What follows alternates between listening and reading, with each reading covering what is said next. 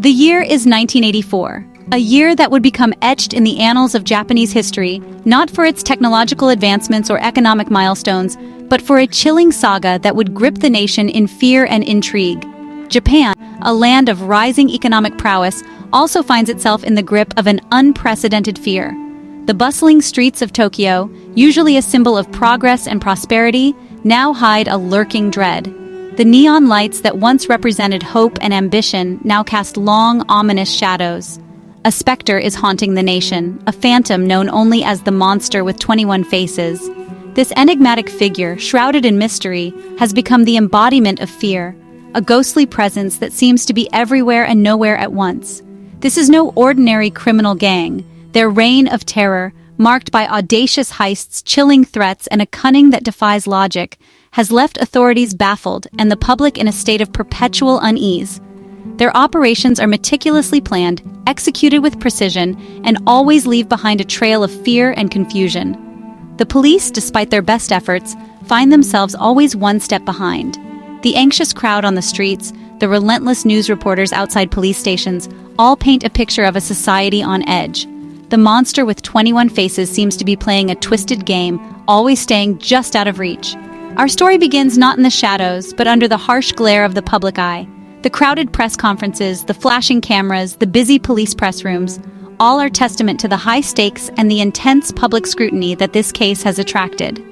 The monster with 21 faces announces their arrival with a brazen act, sending a letter that would send chills down the spine of anyone who read it.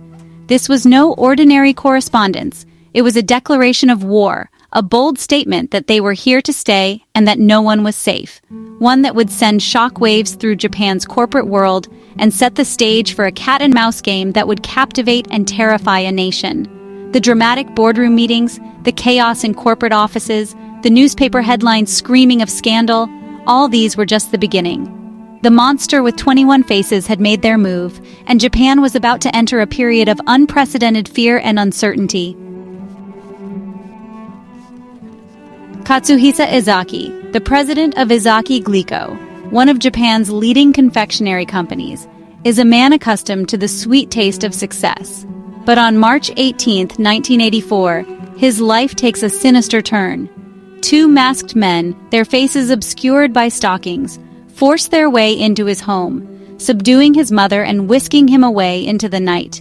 The news of Izaki's kidnapping sends shockwaves through Japan. A high-profile CEO, abducted from his own home?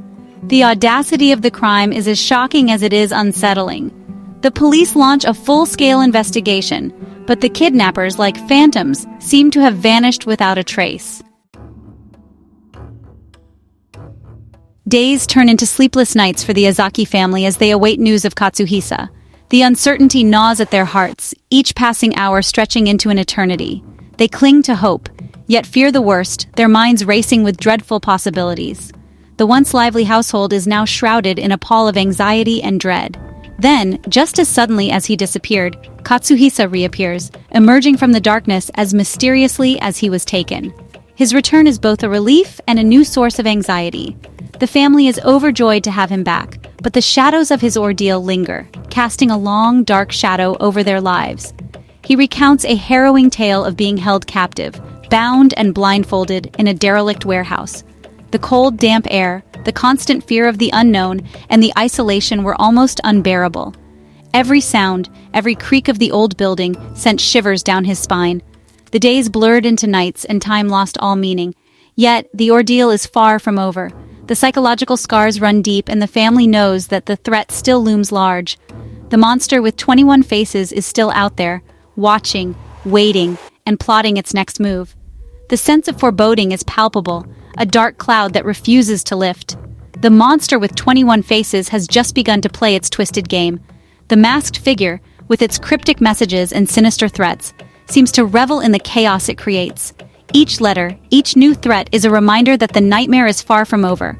The family, and indeed the entire community, are caught in a web of fear and uncertainty. A chilling letter arrives at Glico headquarters, bearing a sinister message. Their candies have been laced with potassium cyanide. Panic erupts, the news spreads like wildfire, and the once trusted brand is now a symbol of fear. Employees are thrown into disarray, and the company's reputation is in tatters.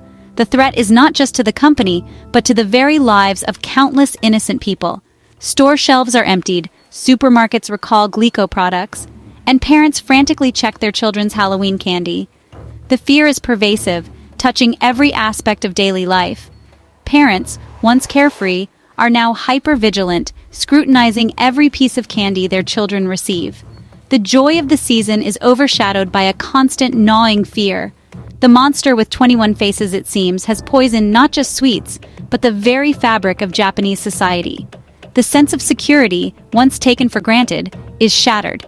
The community is left to grapple with the aftermath, trying to rebuild a sense of normalcy in a world that has been irrevocably changed. The fear lingers, a constant reminder of the fragility of peace and the ever-present threat of unseen dangers. Section 4. Twisted Games. The Monster's Cryptic Messages. The monster with 21 faces, however, is not content with simply instilling fear. They crave an audience, a stage on which to showcase their twisted genius. And so begins a series of cryptic messages, taunting letters sent to newspapers and police stations, each one a macabre riddle wrapped in a threat. The letters are a bizarre mix of childish taunts and literary allusions, often referencing the works of Edogawa Rampo, a renowned Japanese mystery writer. They mock the police's every move, flaunting their inability to catch the elusive phantom. The monster with 21 faces, it seems, is playing a deadly game, and they are winning. Section 5. A Daring Heist. The Glico Factory Raid. The monster with 21 faces, however, is not content with simply toying with the authorities. They are after something more tangible, something that would cement their legend in the annals of crime. On August 10, 1984, they strike again, this time targeting the heart of the Glico Empire, the Glico factory in Ibaraki Prefecture.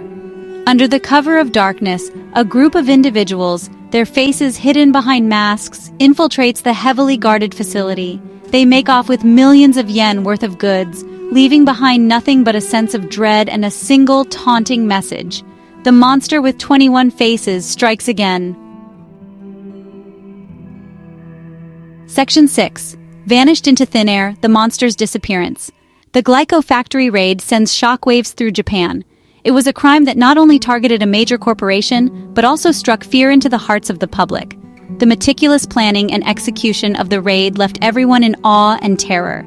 The audacity of the crime, the precision with which it was executed, and the monster's continued ability to evade capture all contribute to a growing sense of unease. Investigators combed through every piece of evidence, hoping to find a clue that would lead them to the elusive criminal. Yet the monster seemed always to be one step ahead, leaving behind a trail of confusion and fear. The police, under immense pressure to solve the case, find themselves no closer to unmasking the phantom than they were at the start. Each lead turned into a dead end, and each suspect was eventually cleared. The frustration among the officers grew, as did the public's demand for answers. The case became a national obsession, with everyone from journalists to ordinary citizens trying to piece together the mystery. Then, just as abruptly as it began, the reign of terror comes to an end. The streets, once filled with fear and suspicion, slowly returned to normal. The crime scene tape that had become a common sight began to disappear, and the city started to breathe a sigh of relief. But the sudden end left many questions unanswered.